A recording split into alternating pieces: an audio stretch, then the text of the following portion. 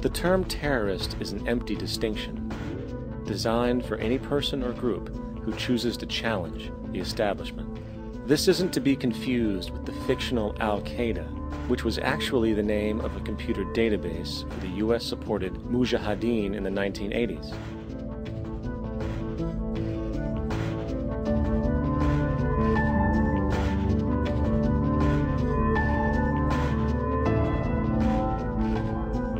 In 2007, the Department of Defense received $161.8 billion for the so-called global war on terrorism. According to the National Counterterrorism Center, in 2004, roughly 2,000 people were killed internationally due to supposed terrorist acts.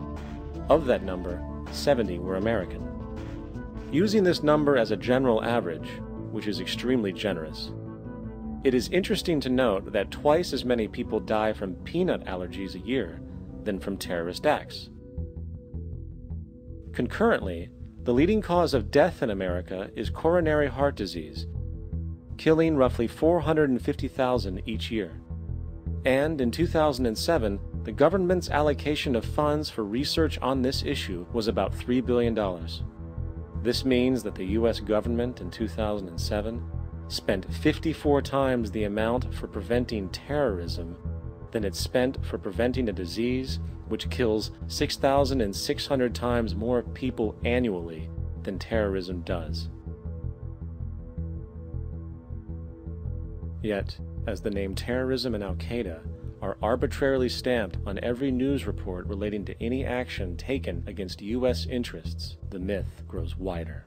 In mid-2008, the U.S. Attorney General actually proposed that the U.S. Congress officially declare war against the fantasy. Not to mention, as of July 2008, there are now over 1 million people currently on the U.S. terrorist watch list. These so-called counterterrorism measures, of course, have nothing to do with social protection, and everything to do with preserving the establishment amongst the growing anti-American sentiment both domestically and internationally, which is legitimately founded on the greed-based corporate empire expansion that is exploiting the world. The true terrorists of our world do not meet at the docks at midnight or scream Allah Akbar before some violent action. The true terrorists of our world wear $5,000 suits and work in the highest positions of finance, government, and business. So, what do? How do we stop a system of greed and corruption that has so much power and momentum? How do we stop this aberrant group behavior which feels no compassion for, say, the millions slaughtered in Iraq and Afghanistan, so the corporatocracy can control energy resources and opium production for Wall Street profit?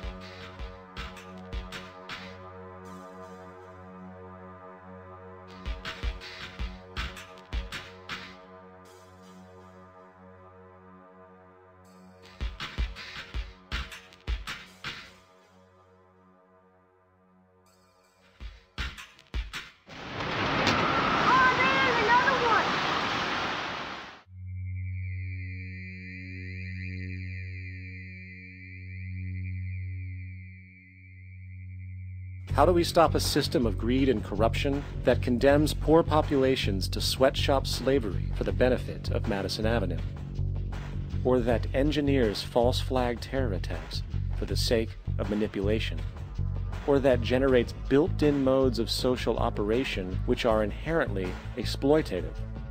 Or that systematically reduces civil liberties and violates human rights in order to protect itself from its own shortcomings? How do we deal with the numerous covert institutions, such as the Council on Foreign Relations, the Trilateral Commission, and the Bilderberg Group, and other undemocratically elected groups which, behind closed doors, collude to control the political, financial, social, and environmental elements of our lives. In order to find the answer, we must first find the true underlying cause. For the fact is, the selfish, corrupt, power, and profit-based groups are not the true source of the problem. They are symptoms.